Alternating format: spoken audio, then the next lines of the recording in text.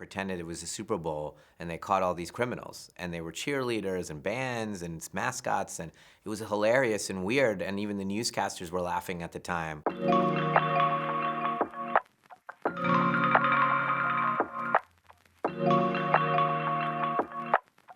When I look at those individuals that I admire the most, like Stephen King, Agatha Christie, in the literary world, and then even the older filmmakers like Clint Eastwood and all, they just go and make another movie. They just make another movie, and when you do that, there's a humility to that you're putting it in the right place in your life, the balance of it, that it's just you and the characters. Don't worry about the outcomes as much, and just tell that story on that day. Get up in the morning and work on that story with those characters. It's a kind of a beautiful blue-collar way to think about art.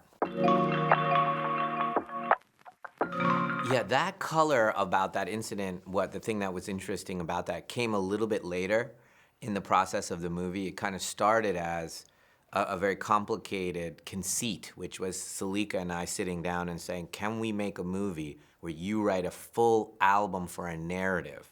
Instead of thinking of it in a traditional way, you make an album, you write a music video, you make a music video, and all of that, right? We'll come up with a narrative, and a thriller narrative, and the characters are watching this album, and it can feel this alive, like Purple Rain, but there's a thriller. Could you and I think of it? And she said, let's think about it. Then I came up with the idea of being in an arena and that maybe someone's being trapped, and then I remembered this incident from the 80s where they did this really funny, weird sting operation where they pretended it was a Super Bowl and they caught all these criminals. And they were cheerleaders and bands and mascots, and it was hilarious and weird, and even the newscasters were laughing at the time, but they caught all these really bad dudes.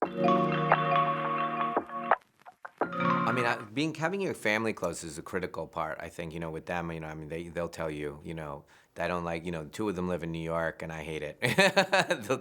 they'll tell you, oh, come on, let us have some life. But, for me, it's not much different than what I did for myself, which is, hey, I want to learn art at the highest level, and I want to protect myself and then reintegrate myself into the industry. And so in that way, trying to make sure that they have the greatest relationship to their art form. And we talk about the ethics of art a lot, that it's about that process between you and your art form is the most important thing.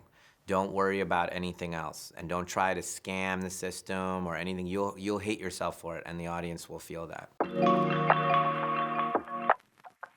Gosh, I just don't know how I get so lucky. The right person walks in at the right time, and Josh walked in, and we had just the greatest time making this movie. It was ideal in every way. We spent more than a month just talking about the script, just one page at a time, just walking through it methodically. I remember the first day, and we only got through 3 pages. He was like, how long is this gonna take? I was like, I don't know, it'll go faster tomorrow. And it didn't go faster. We just kept talking about it.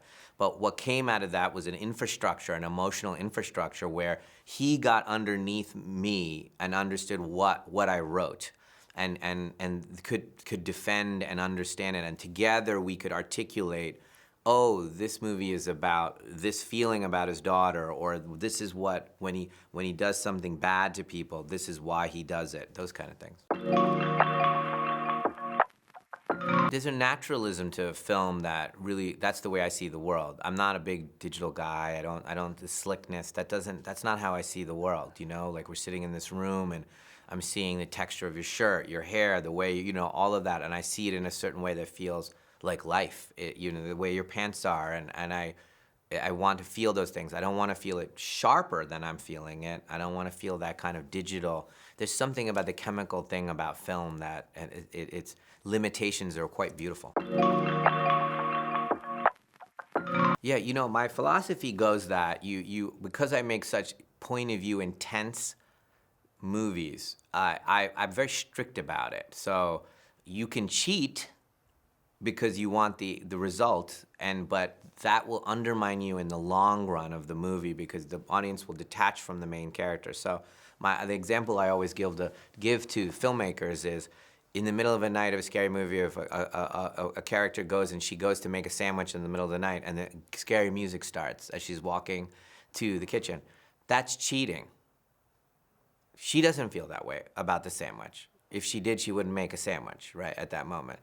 No music. She walks down the hall, and you're terrified because you're going, should I be scared? Should I not be scared? She doesn't seem scared.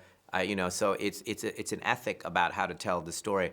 That ethic over and over and over again creates this great connection with the characters.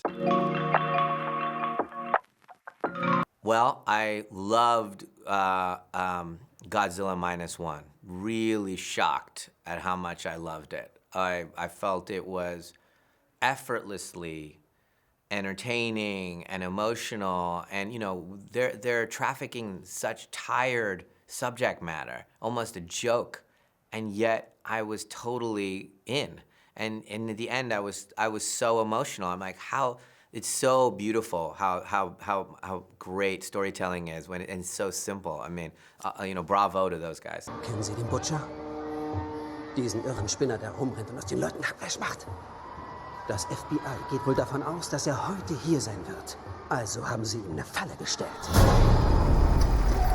Das ganze Konzert ist eine Falle.